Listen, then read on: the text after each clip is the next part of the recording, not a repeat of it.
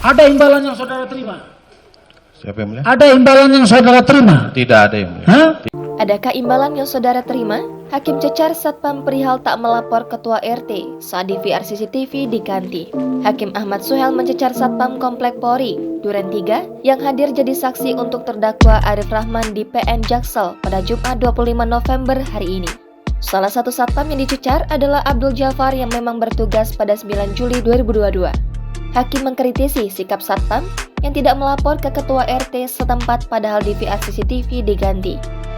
Keluar melaporkan ke PRT. Siap. Jadi melaporkan atau tidak?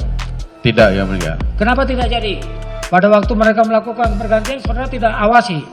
Saya di luar pos, Pak. Luar pos. Saudara tahu bahwa di DVR itu ada disimpan rekaman kejadian-kejadian sebelumnya? Siap. Ya. Apa kemudian tidak saudara larang itu untuk melakukan pergantian karena ada data simpan yang menggambarkan kejadian-kejadian sebelumnya?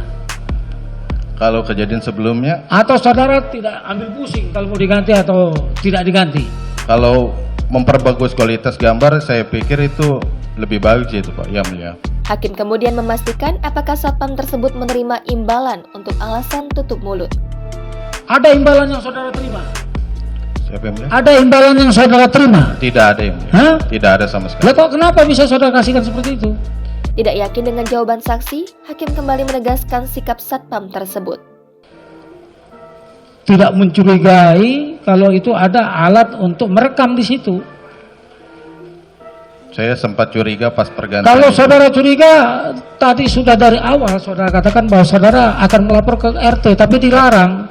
Pada saat dilarang itu, saudara kan harusnya berpikir, seorang satpam kok gimana sih? Siapa yang mulia?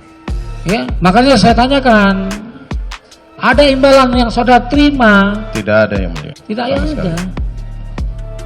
Pasalnya, kamera CCTV komplek tersebut seharusnya bisa menjadi salah satu bukti rekaman situasi di Duren 3 terkait pembunuhan yang menewaskan Yosua.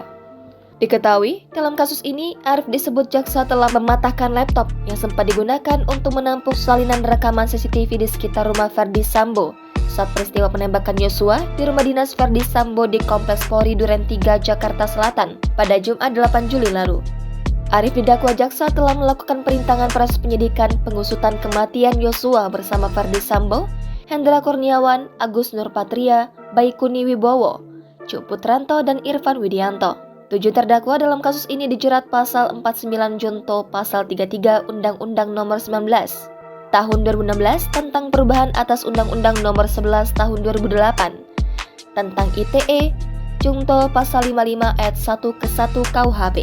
Keenam anggota polisi tersebut dikatakan jaksa menuruti perintah Verdi Sambo yang kala itu menjabat sebagai Kadif Propam Polri untuk menghapus CCTV di tempat kejadian perkara lokasi Yosua tewas. Selanjutnya, para terdakwa juga dijerat dengan pasal 48 Junto, pasal 32 ayat 1, Undang-Undang Nomor 19 Tahun 2016 tentang perubahan atas Undang-Undang Nomor 11 Tahun 2008 tentang ITE, Junto pasal 55 ayat 1 ke 1 KUHP. Selain itu, sejumlah anggota polisi yang kala itu merupakan anak buah Verdi Sambo juga dijerat dengan pasal 221 ayat 1 ke 2 Junto, pasal 55 ayat 1 ke 1 KUHP. Jangan lupa subscribe, share, komen, dan like ya.